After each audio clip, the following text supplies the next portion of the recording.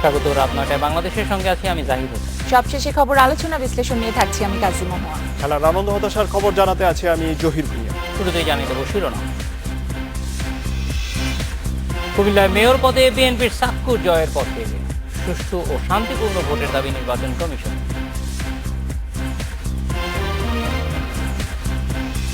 মৌলভীবাজারে জঙ্গি আস্তানায় ৭ থেকে ৮ জন নিহত, আত্মঘাতী বোমাতে মৃত্যু জানালো পুলিশ।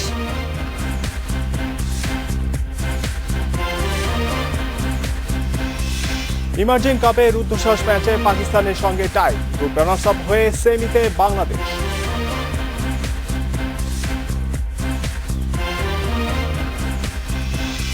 রাত ৯টায় বাংলাদেশে আজ মতামত পাঠানোর বিষয়ে মৌলভীবাজারে জঙ্গি আস্তানা। মতামত পাঠাতে পারেন SMS অথবা ফেসবুকে। আপনাদের মতামত জানাবো সংবাদের পরের অংশে।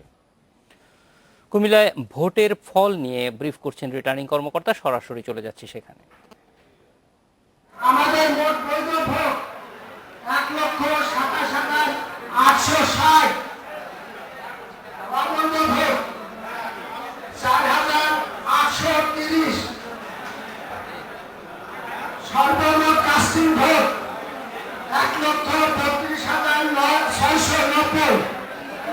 আমাদের ভোটের শতকরা হার ৬৩.92, শতকরা কাস্টিং ভোটের হার ৬৩.৯২।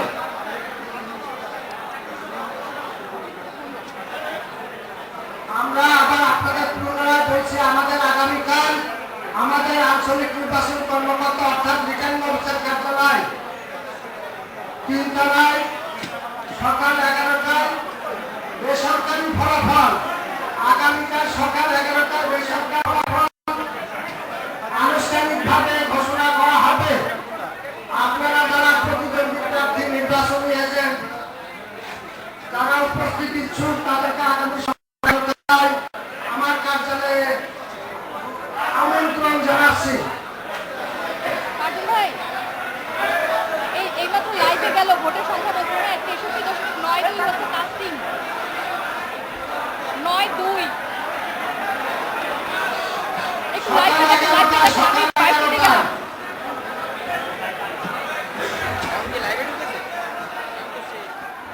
আগে ঢুকছি আমরা।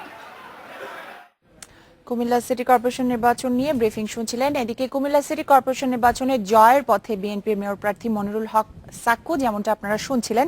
সবশেষ ঘোষিত ফলাফলে সাক্কু আওয়ামী লীগের আঞ্জুম সুলতানা সীমার চেয়ে প্রায় ১০,০০০ ভোটে এগিয়ে আছেন। ৮৯টি কেন্দ্রের ঘোষিত ফলে সাক্কু পেয়েছেন ৬০,৩৬৮ ভোট আর সীমা পেয়েছেন ৫০,৪৪৭ ভোট। সকাল ৮টা থেকে ভোট গ্রহণ শুরু হয়ে একটানা চলে বিকেল ৪টা পর্যন্ত। মোট ভোট কেন্দ্র ১০৩টি হলেও অনিয়ম সহিংসতার কারণে ২টি কেন্দ্রে ভোট স্থগিত করা হয়। খবরেও ভাটা পড়েনি আগ্রহে। প্রথম ৪ ঘন্টায় ভোট পড়ে প্রায় ৪০%। কিছু অসুবিধা পড়ে নাই, আনন্দভাবে আসছি ভোট দেওয়ার জন্য। সার্বিক পরিস্থিতি কেমন মনে হচ্ছে? ভালো। আমি নাকি ভোট দিয়ে চলে গেছি, মানে এক সিটে দেখা গেছে কি সিটের সাথে নাম্বারের সাথে মিল নাই, অন্য নাম, ভোট দিয়ে চলে গেছে, সিরিয়াল ঠিক আছে।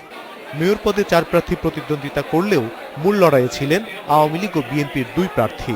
কুমিল্লা মডার্ন স্কুল কেন্দ্রে ভোট দেন নৌকার প্রার্থী আঞ্জুম সুলতানা সীমা। ধানের শীষের প্রার্থী মনিরুল হক সাক্কু ভোট দেন হোচ্ছামিয়া উচ্চ বিদ্যালয়ে।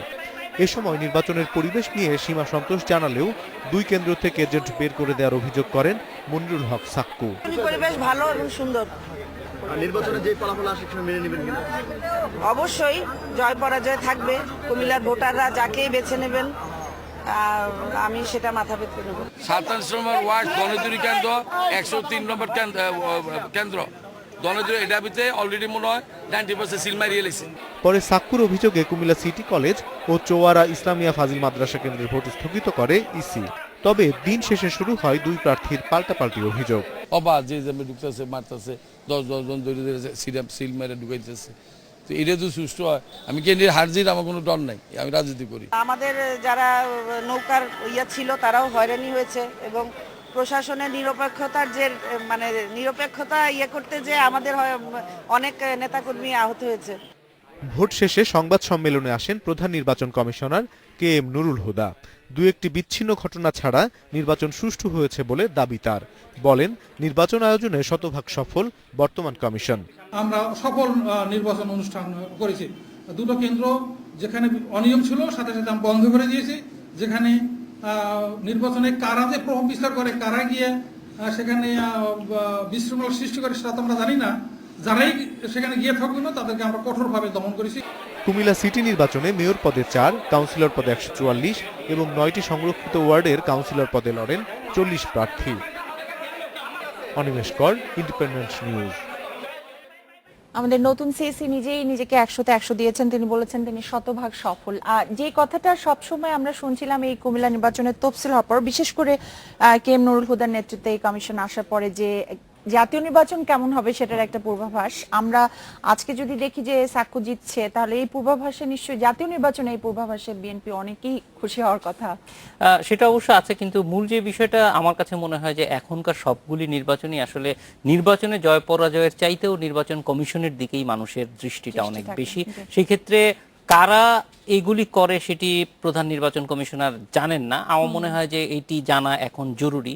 2টি ভোট কেন্দ্র স্থগিত হয়েছে, কিন্তু এটা যদি পূর্ণাঙ্গ তদন্ত তারা করতে পারেন, বের করতে পারেন কারা এর পিছনে ছিল, তাহলে অবশ্যই 100-তে 100 দেয়া হবে। তা না হলে আসলে মানুষ তাদেরকে কত নম্বর দিবে সেটা অনুমান করা যায়। জাহিদ মহুয়া, সাক্কু কিন্তু একটু আগে অভিযোগটি করেছেন যে অনেকগুলো ভোট অলরেডি কাস্ট হয়ে গেছে, তিনি অভিযোগটি করেছেন এবং সিইসি কিন্তু সেটি সরাসরি ইয়ে করেছেন যে না, এমন কিছু ঘটেনি, নির্বাচন প্রশ্নবিদ্ধ হয়নি।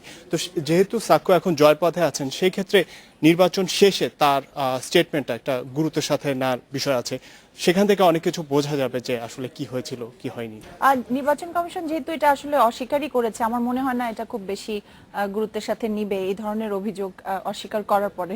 অবশ্যই আমাদের মূল দেখার বিষয় হচ্ছে যে যারা এই দুর্ঘটনাগুলি ঘটিয়েছে তাদেরকে খুঁজে বের করতে পারেন কিনা। এবং 2টি কেন্দ্র স্থগিত সবসময় সব নির্বাচনেই হয়, কিন্তু এটা পরবর্তীতে এটার আর কোনো ধরনের ফলো আপ হয় না। আমার মনে হয় নির্বাচন কমিশনের কাছে এটা যেমন সুনামগঞ্জের নির্বাচনটা নিয়ে আরো কিছু খবর আছে, একটু সেগুলিতে যাব।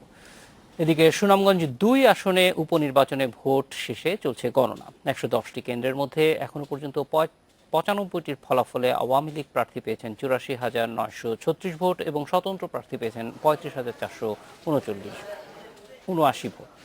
নির্বাচনে কোনো অপ্রীতিকর ঘটনা ঘটেনি বলে জানিয়েছেন রিটার্নিং কর্মকর্তা এস.এম. এজাহারুল হক। এই উপনির্বাচনে প্রতিদ্বন্দ্বিতা করছেন সুরঞ্জিত সেনগুপ্তের স্ত্রী আওয়ামী লীগ প্রার্থী জয়া সেনগুপ্তা ও স্বতন্ত্র প্রার্থী সায়েদ আলী মাহমুদ হোসেন।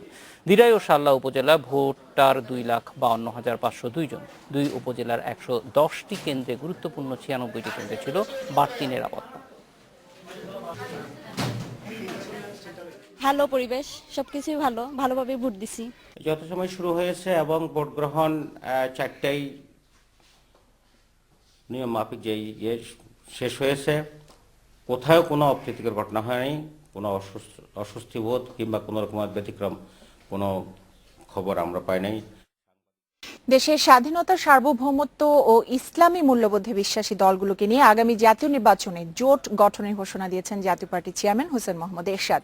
জাতীয় প্রেস ক্লাবে সকালে জাতীয় ইসলামিক মহাজোটের আত্মপ্রকাশ উপলক্ষে সংবাদ সম্মেলনে তিনি এই ঘোষণা দেন।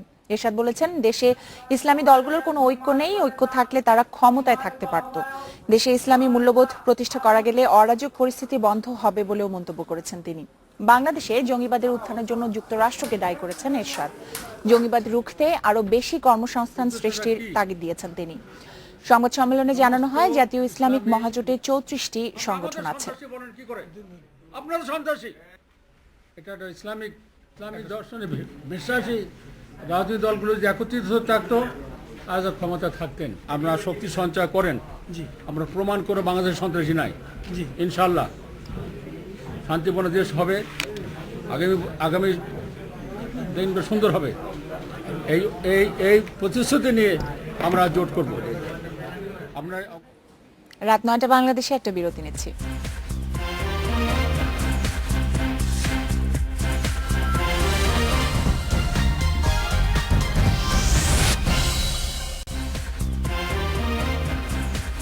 রাত 9:18 আমরা ফিরলাম। মৌলভীবাজারের নাসিরপুরের জঙ্গি আস্তানায় আত্মঘাতী বোমায় 7 থেকে 8 জন নিহত হয়েছে। নাসিরপুরের চূড়ান্ত অভিযান শেষে একথা জানান পুলিশের কাউন্টার টেরোরিজম ইউনিটের কর্মকর্তারা। পাশের আরেকটি আস্তানাতেও অভিযানের প্রস্তুতি নিচ্ছে পুলিশ। সিলেটের আতিয়া মহলে অভিযানের পরপরই মৌলভীবাজারে দুটি জঙ্গি আস্তানার খোঁজ মেলে।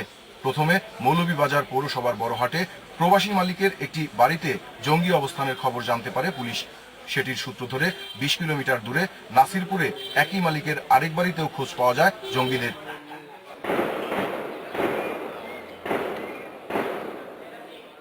নাসিরপুরের বাড়িটি ঘিরে ফেলার প্রায় 36 ঘন্টা পর অভিযান শেষ করার কথা জানায় পুলিশের কাউন্টার টেরোরিজম ইউনিট। সংবাদ সম্মেলনে কর্মকর্তারা জানান, চূড়ান্ত অভিযানের আগেই আত্মঘাতী বোমা বিস্ফোরণ ঘটিয়ে মারা যায় জঙ্গিরা। যখন দেখে যে তারা পালানোর কোনো পথ নেই, তখনই সম্ভবত তারা সপরিবারে বিস্ফোরণ ঘটিয়ে আত্মহনন করেছে। তো যে ডেড বডির বিভিন্ন অংশ, কোনো ডেড বডি আসলে অক্ষত নাই, ছিন্ন বিচ্ছিন্ন হয়ে দুটো রুম জুড়ে ছড়িয়ে আছে। তো সেগুলোর মাথা পা এক এক জায়গায়, তো সেগুলো মিলিয়ে আমাদের কাছে যেটা মনে হয়েছে 7-8টি ডেড বডির অংশ বিশেষ হতে পারে। পুলিশকে প্রতিহত করতে ভবনের ভেতরে বিস্ফোরক ছড়িয়ে রাখে জঙ্গিরা। চূড়ান্ত অভিযানের সময় এগুলো নিষ্ক্রিয় করা হয়েছে। মোটামুটি নিশ্চিত যে 90 জেএমবির সদস্যরাই এখানে আত্মগোপন করেছিল। ড্রোনের মাধ্যমে ছবি তুলেই আসলে সেই আইডির যে বিভিন্ন জায়গায় তারা প্রবেশদ্বার সহ মানে স্ট্র্যাটেজিক পয়েন্টগুলোতে তারা আইডি রেখে দিয়েছিল, বোমা রেখে দিয়েছিল, গ্রেনেড রেখে দিয়েছিল। সেটি ড্রোনের সাহায্যেই ছবি তুলে পরবর্তীতে আমরা সেগুলো সংগ্রহ করে নিষ্ক্রিয় করা সম্ভব হয়েছে। নাসিরপুর আস্তানার বোমার সঙ্গে সীতাকুণ্ড ও ঢাকার বিমানবন্দরের কাছে নিহত জঙ্গিদের কাছে পাওয়া বোমার মিল পেয়েছে পুলিশ। জঙ্গি দমনে সিলেটের আতিয়া মহলে অপারেশন টুয়াইলাইটের পর মৌলভীবাজারে operation hit back.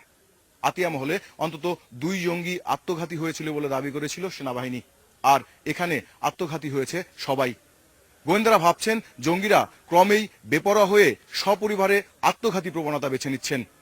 Mahbub Alam, independent news, Nasirpur, Moulvibazar. এদিকে জঙ্গি নেতা মাইনুল ইসলাম ওরফে মুসার মায়ের ডিএনএ নমুনা সংগ্রহ করেছে সিলেট পুলিশ। এর আগে তাকে রাজশাহী থেকে সিলেটে নেওয়া হয়।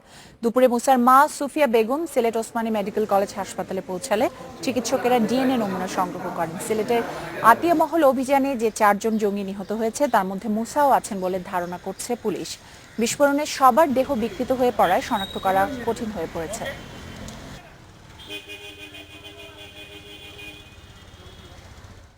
আজকে মুসার যে সন্দেহ করা হচ্ছে মুসার মাকে আনা হয়েছিল। মুসার মায়ের ডিএনএ স্যাম্পল সংগ্রহ করা হয়েছে, যাতে এই লাশের সাথে এটা সত্যিকারের মুসার লাশ কিনা এটা শনাক্ত করার জন্যই এই উদ্যোগ। খেলার খবর আছে, জহির কি আছে আজকে? ধন্যবাদ জাহিদ মোহা। খেলার খবর, একটি ভালো খবর আছে। ইমার্জিং কাপে সেমিফাইনাল নিশ্চিত করেছে বাংলাদেশ, তবে খুব ভালো অবস্থানে থেকেও ম্যাচ জিততে পারেনি, পাকিস্তানের সাথে টাই করেছে। খবরগুলো জানিয়ে দিচ্ছে একটি বিরতির পর। বিরতির পর ফিরে এসে অন্যান্য খবরের সাথে আরো যা থাকছে। কলম্বোয় ঐচ্ছিক অনুশীলনে নেই একাদশের 8 জন। সিরিজ জয়ে দলগত পারফরমেন্স চান কোচ। জাতীয় দল নিয়ে আস্থা নেই বাফুফের, ভরাডুবির আশঙ্কায় পেছালো বঙ্গবন্ধু গোল্ড কাপে তারিখ।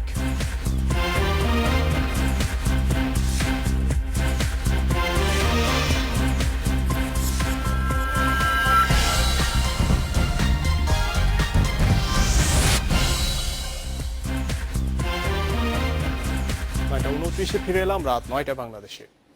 ইমার্জিং এশিয়া কাপে শ্বাসরুদ্ধকর বাংলাদেশ পাকিস্তান ম্যাচ শেষ পর্যন্ত টাই হয়েছে। নেট রান রেটে পিছিয়ে থাকায় গ্রুপ সেরা হতে পারল না বাংলাদেশ। সেমিফাইনালে শ্রীলঙ্কার মুখোমুখি হবে ইমার্জিং টাইগাররা। চট্টগ্রামে শেষ 4-এর লড়াই 1 এপ্রিল। এদিকে আফগানিস্তানের কাছে হেরে ছিটকে গেছে ভারত। হিসাবটা খুব বেশি কঠিন ছিল না, 6 বলে দরকার 7 রান, কিন্তু বল রানের এই পার্থক্য মেলাতে পারেনি বাংলাদেশ। ফুলটস পেয়েও তার সুবিধা আদায় করতে পারেননি অনভিজ্ঞ সাইফুদ্দিন, নিতে পেরেছেন কেবল 1 রান। শেষ ওভারের মতো গ্রুপ সেরা হওয়ার লড়াইটাও জিতেছে পাকিস্তান। পাকিস্তানের 234 রানের টার্গেটে ভরসা জোগাতে ব্যর্থ 2 ওপেনার সাইফ ও আজমির। শান্ত ও মুমিনুলের জুটি দলকে সঠিক পথে রাখে। 30 করে ফেরেন শান্ত। আগের ম্যাচে সেঞ্চুরিয়ান নাসির করেন 6 রান। তবে ক্যাপ্টেন্স নক মুমিনুলের, টাইগারদের পক্ষে সর্বোচ্চ 75 রান করেন তিনি। মিঠুন আলীর ব্যাটে আসে 53। শেষ দিকে স্নায়ুচাপের লড়াইয়ে পেরে ওঠেননি বাংলাদেশ। দুই অনভিজ্ঞের পক্ষে শেষ ওভারে চ্যালেঞ্জ জেতা সম্ভব হয়নি। যদিও ম্যাচটা টাই হয়েছে, আমার কাছে অনেক পজিটিভ সাইন আছে। পাকিস্তানের অনেক স্ট্রং বোলিং লাইন আপ, আমরা যদি ওদের সাথে টাই করতে পারি, ম্যাচ জিততে পারলেও অবশ্যই খুব ভালো হতো। আমি অনেক কনফিডেন্ট, হয়তো সেমিফাইনালে আমাদের জিনিসটা অনেক কাজে দেবে, ওই পজিটিভ জিনিসগুলো অনেক কাজে দেবে। 35 রানে পাকিস্তানের 4 উইকেট তুলে নিয়ে দিনের শুরুটা দারুণ ছিল ইমার্জিং টাইগারদের। মাঝে বিপর্যয় সামলে নেন হারিস সোহেল। হারিসের 63 এবং শেষ দিকে হোসেন তালাতের ঝোড়ো 57তে চ্যালেঞ্জিং টোটাল পায় পাকিস্তান। 54 রানে 3 উইকেট নেন সাইফুদ্দিন। Toufiqul Islam Lipu, independent news, Cox's Bazar. কলম্বোয় সিরিজ জয়ের লক্ষ্যেই প্রস্তুত হচ্ছে বাংলাদেশ। একদিনের বিরতি দিয়ে বৃহস্পতিবার অনুশীলনে নামে টাইগাররা। তৃতীয় ওডিআইয়ের ভেন্যু কলম্বো সিংহলি স্পোর্টস ক্লাব মাঠে ঐচ্ছিক অনুশীলনে ছিলেন না বেশিরভাগ সিনিয়র ক্রিকেটার। লঙ্কায় প্রথম সিরিজ জিততে মানসিকভাবে চাঙ্গা পুরো স্কোয়াড, আশাবাদী কোচ চন্ডিকা হাতুরু সিংহাও। নেটে মুশফিকুর রহিম, সৌম্য সরকার। উইকেটের পাশে মুস্তাফিজকে নিয়ে কাজ করছেন বোলিং কোচ কোটনি ওয়ালশ। প্রথম 2 ওডিআই খেলা 11 জনের মধ্যে অনুশীলনে পাওয়া গেল মাত্র এই 3 জনকে। টানা ম্যাচ খেলা আর লম্বা সফরে ক্লান্তি দূর করতে বাকিরা সময় কাটিয়েছেন টিম হোটেলে। শ্রীলঙ্কার কন্ডিশনে টানা ম্যাচ খেলা কঠিন, এজন্যই ঐচ্ছিক অনুশীলন রেখেছি। প্রতিদিন অনুশীলন করাটা জরুরি না। বিশ্রাম আর সুইমিং এর সময় কাটাবে মাশরাফি, তামিম, সাকিবরা। ম্যাচের আগের দিনও ঐচ্ছিক অনুশীলন রেখেছি। সফরের প্রথম ম্যাচে হারার পর টেস্ট ও ওয়ানডেতে ব্যাক টু ব্যাক উইন। পাশাপাশি ব্যাটসম্যানদের দায়িত্বশীল ব্যাটিং আত্মবিশ্বাস দিচ্ছে সিরিজ জয়ের। দ্বিতীয় ম্যাচে মুস্তাফিজুর রহমান, সাকিব আল হাসানদের খরুচে বোলিং নিয়ে চিন্তিত নন টাইগার কোচ। শ্রীলঙ্কার মাটিতে সিরিজ জেতা সবসময় কঠিন। আমার মনে হয় না যে ওরা কখনো ঘরের মাটিতে টানা 4 থেকে 5 ম্যাচ হেরেছে। ওরা অনেক শক্তিশালী। প্ল্যানগুলো কাজে লাগাতে পারলে সিরিজ জেতা সম্ভব। শনিবার ম্যাচ হলেও উইকেট এখনো তৈরি না হওয়ায় কিছুটা অবাক টাইগার কোচ। ডাম্বুলা থেকে প্রায় 180 কিলোমিটার দূরের কলম্বোর আবহাওয়া ভাবাচ্ছে টাইগারদের। ভাবনা আছে এসএসসির এই উইকেট নিয়েও, কারণ টাইগারদের বেশিরভাগ সদস্যই এই উইকেটের সাথে অপরিচিত। তবে শ্রীলঙ্কার মাটিতে প্রথমবার সিরিজ জয়ের সুযোগ হাতছাড়া করতে চায় না মাশরাফির দল। Mazharul Islam, independent news, Colombo, Sri Lanka. আবারও পেছালো বঙ্গবন্ধু গোল্ড কাপ ফুটবল। 2 দফা পিছিয়ে 18 ডিসেম্বর শুরু হবে টুর্নামেন্টের পঞ্চম আসর। এপ্রিলে হওয়ার কথা থাকলেও আয়োজন কেন ডিসেম্বরে? ভেতরের খবর, জাতীয় দলে আস্থা নেই ফেডারেশনের। দল গঠন নিয়ে ভাবতে সময় নিচ্ছে কর্তারা। দক্ষিণ ও মধ্য এশিয়ার 8 দেশ নিয়ে আসর আয়োজন করতে চায় বাফুফে। দেশের ফুটবলের সবচেয়ে বড় আন্তর্জাতিক আসর বঙ্গবন্ধু গোল্ড কাপ। জাতির জনকের নামে টুর্নামেন্ট দেশের ফুটবলে নবজাগরণের ইঙ্গিত দিয়েছিল, তবে ধারাবাহিকতা ধরে রাখতে পারেনি বাফুফে। কথা মতো প্রতি বছর জানুয়ারি ফেব্রুয়ারিতে টুর্নামেন্ট আয়োজনে ব্যর্থ হয়েছে ফেডারেশন। বাফুফের বর্ষপঞ্জিকা মেনে মাঠে গড়াচ্ছে না কোনো টুর্নামেন্ট। 11 মার্চ গোল্ড কাপের নির্ধারিত সূচি পেরিয়ে গেছে আগেই। দ্বিতীয় দফায় দেয়া প্রতিশ্রুতিও রক্ষা করতে পারেনি বাফুফে। এপ্রিলের তৃতীয় সপ্তাহেও হচ্ছে না বঙ্গবন্ধু গোল্ড কাপ, আবারও পিছিয়ে গেল পঞ্চম আসর। বঙ্গবন্ধু ইন্টারন্যাশনাল টুর্নামেন্টের revise date, the availability of the foreign teams, 18 December অনুষ্ঠিত হবে 2টো ভেন্যুতে, সিলেট এবং ঢাকা বঙ্গবন্ধু জাতীয় স্টেডিয়ামে। জাতীয় দলে আস্থা নেই বাফুফের। প্রায় 8 মাস পিছিয়ে বঙ্গবন্ধু গোল্ড কাপ আয়োজনের পরিকল্পনা কর্তাদের। এছাড়া সফলতা পেতে দক্ষিণ ও মধ্য এশিয়ার অপেক্ষাকৃত দুর্বল 6 দলকে নিয়ে টুর্নামেন্ট করতে চায় ফেডারেশন। পছন্দের তালিকায় ডিফেন্ডিং চ্যাম্পিয়ন নেপাল, ভুটান, মালদ্বীপ, আফগানিস্তান, কম্বোডিয়ার মতো দল। বাংলাদেশ দলের প্রস্তুতি হিসাবে তারাও একটা বড় বেশি ভালো সময় পাবে। আমরা যাতে একটা পূর্ণাঙ্গ জাতীয় দল নিয়ে এই টুর্নামেন্টটা অংশগ্রহণ করতে পারি, তাহলে আমি মনে করি আমার এই টুর্নামেন্টটা আরও শক্তিশালী হবে এবং এটার গুরুত্ব বাড়বে। আদতে জাতীয় দলের সাম্প্রতিক ব্যর্থতায় ভরসা পাচ্ছে না কর্তারা। দল নির্বাচন নিয়েও আছে টানাপোড়েন। এখন পর্যন্ত জাতীয় দলের কোচিং স্টাফ ও ক্যাম্প শুরু করতে পারেনি ফেডারেশন। জাফর সালে, ইন্ডিপেন্ডেন্ট নিউজ, ঢাকা। নিষেধাজ্ঞা নিয়ে প্রতিক্রিয়া জানিয়েছেন লিওনেল মেসি। রেফারিকে গালি দেওয়ার অভিযোগ অস্বীকার করেছেন আর্জেন্টাইন সুপারস্টার। এদিকে দুঃসময়ে আসার কথা শুনিয়েছেন আর্জেন্টিনা ফুটবল অ্যাসোসিয়েশনের নতুন সভাপতি ক্লদিও তাপিয়া। তিনি বলেছেন মেসির শাস্তি কমানোর জন্য সর্বোচ্চ চেষ্টা করবে ফেডারেশন। খেলার খবরে এই ছিল আমার কাছে সবশেষ। আরো কিছু খবর জানাবেন জাহিদ এবং মহুয়া। ধন্যবাদ জহির। আমাদের কাছে আরো কিছু খবর আছে, জানিয়ে দিচ্ছি। 6 এপ্রিলের মধ্যে হাজারীবাগের সব ট্যানারি বন্ধের নির্দেশ দিয়েছে আপিল বিভাগ। জরিমানা পরিশোধের বিষয়ে শুনানি হবে 9 এপ্রিল। প্রধান বিচারপতি SK সিনহা সহ আপিল বিভাগের 3 সদস্যের বেঞ্চ সকালে এই আদেশ দেয়। গত 6 মার্চ হাজারীবাগের সব ট্যানারি অবিলম্বে বন্ধের নির্দেশ দেয় হাইকোর্ট। ট্যানারি মালিকেরা ওই আদেশ সংশোধন চেয়ে আবেদন করেন, হাইকোর্ট তাও খারিজ করে দেয়। হাইকোর্টের ওই সিদ্ধান্তের বিরুদ্ধে আপিল বিভাগে আবেদন করেন ট্যানারি মালিকরা। আপিল বিভাগ ও হাইকোর্টের আদেশ বহাল রাখে। এদিকে গত 2 মার্চ 154 ট্যানারিকে রাষ্ট্রীয় কোষাগারে পরিবেশ ক্ষতিপূরণ বাবদ 31 কোটি টাকা জমা দেওয়ার নির্দেশ দেওয়া হয়। ট্যানারি মালিকরা হাইকোর্টের ওই আদেশ স্থগিত চেয়ে আপিল বিভাগে আবেদন করেন। এ বিষয়ের ওপর 9 এপ্রিল শুনানির তারিখ দিয়েছে আপিল বিভাগ। 6 এপ্রিল এর মধ্যে তাদেরকেই বলছে যে আপনারা চলে গিয়ে এসে আদালতে বলেন। আদালতের তো সময় নির্ধারণ করার কোনো বিষয় আর নাই, কিন্তু এগুলো তো সব শেষ হয়ে গেছে। এখন তাদেরকে বলছে আপনারা যদি টাকা মৌকুব চান তাহলে আপনারা নিজেরাই আগামী 6 তারিখের আগে আপনারা নিজেরা ওখান থেকে নিজেরা যান, চলে যান, তারপরে এসে আবেদন করেন। অর্থাৎ 9 তারিখে সেটির উপরে শুনানি হবে। রাত 9টায় বাংলাদেশে নেব আরো একটা বিরতির পর জানিয়ে ফিরব। সরকারি শিক্ষা প্রতিষ্ঠানে ছাত্র বেতন বাড়ানোর পক্ষে অর্থমন্ত্রী, আগামী বাজেটে থাকবে প্রস্তাব।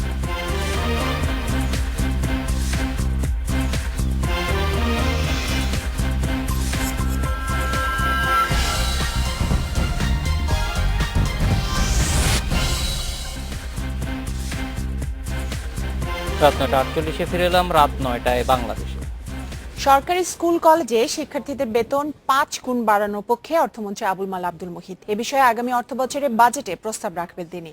রাজধানী শেরেবাংলা নগরের এনইসি সম্মেলন কক্ষে বিকেলে এনজিও প্রতিনিধিদের সঙ্গে প্রাক বাজেট আলোচনায় তিনি একথা জানিয়েছেন।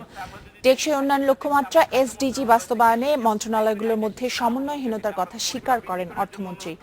আলোচনায় শিক্ষাবিদ রাশেদা কে চৌধুরী শিক্ষা ও গবেষণা খাতে বরাদ্দ বাড়ানোর আহ্বান জানান। অন্যদিকে গণস্বাস্থ্য কেন্দ্রের প্রকল্প সমন্বয়ক ডক্টর জাফরুল্লাহ চৌধুরী ইন্টার্ন চিকিৎসকদের বাধ্যতামূলকভাবে 1 বছর গ্রামে থাকার বিধানের প্রস্তাব করেন। আলোচনায় কর্মসংস্থান বাড়াতে প্রশিক্ষণের পাশাপাশি শিশু ও নারী উন্নয়নে আলাদা বরাদ্দ রাখার দাবি জানান এনজিও প্রতিনিধিরা। তৃণমূল থেকে বিভিন্ন পর্যায়ে সরকারি স্কুল কলেজের বেতনকে একবারে 5 গুণ করা হবে। আপনার শুধু না স্যার, আপনার ওরা 5 গুণ করা হবে। ওরা ইউনিভার্সিটি থেকে বেরিয়ে 12 টাকা হবে, 7 টাকা হবে। ওরা ইউনিভার্সিটি থেকে মৌলভীবাজারে জঙ্গি আস্তানায় বিষয়ে আপনাদের মতামত জানতে চেয়েছিলাম আমরা। আনোয়ার বলেছেন জঙ্গি আস্তানা অভিযানের সময় এলাকাবাসীর যেন ক্ষতি না হয় সেদিকে নজর দেওয়া উচিত। সাগর বলেছেন আমাদের আইনশৃঙ্খলা বাহিনীর সদস্যরা দক্ষতার সাথে জঙ্গি আস্তানা নির্মূল করছে। ইয়াসিন বলছেন জঙ্গি দমনের নামে সাধারণ মানুষের যেন ক্ষতি না হয়। জহির, আমি একটু পরে আসছি, আপনি একটু। কাজল বলছেন সরকারকে জঙ্গি বিষয়ে আরো দায়িত্বশীল ভূমিকা পালন করতে হবে। সাবিনা বলছেন পরিবারের সবার সচেতন হয়ে বিপদগামীদের সঠিক পথে আনতে হবে। নিবিড়ের মতামত জঙ্গিদের সঙ্গে তাদের পৃষ্ঠপোষকদেরও আইনের আওতায় আনতে হবে। জাহিদ, আসার কথা এটা যে সাধারণ মানুষের কাছ থেকে জঙ্গিরা তারা কোনো প্রকার সমর্থন পাচ্ছে না। সাবিনা বলেছেন যে পরিবারের সবার সচেতন হয়ে বিপদগামীদের সঠিক পথে আনতে হবে। মোটামুটি জনগণের মধ্যে সচেতনতাটা আসলে হয়তো বেশি জরুরি, আর যেটা সবসময় আমাদের মন্ত্রী বা সবাই বলে আসছেন, স্বরাষ্ট্রমন্ত্রী অনেকবার বলেছেন সচেতনতাই খুবই জরুরি। আমরা অন্যান্য খবরগুলিতে চলে যাচ্ছি। লন্ডনের সবচেয়ে বড় ইন্টেরিয়র শোতে এবার নজর কেড়েছে ফ্রন্ট গার্ডেন। কমিউনিটির আত্মিক প্রশান্তি আর পরিবেশের কথা মাথায় রেখে হর্টিকালচার শিক্ষার্থীরা ফ্রন্ট গার্ডেনিং এর নতুন রূপ দিয়েছেন। প্রদর্শনী চলবে 9 এপ্রিল পর্যন্ত। এই ছিল রাত 9টায় বাংলাদেশ। আজকে রাত 9টায় বাংলাদেশ শেষ খবর রাশিয়ার শারীরিক প্রতিবন্ধীদের ফ্যাশন শোর কিছু ছবি দেখিয়ে। আমন্ত্রণ পরের আয়োজনে। শুভরাত্রি।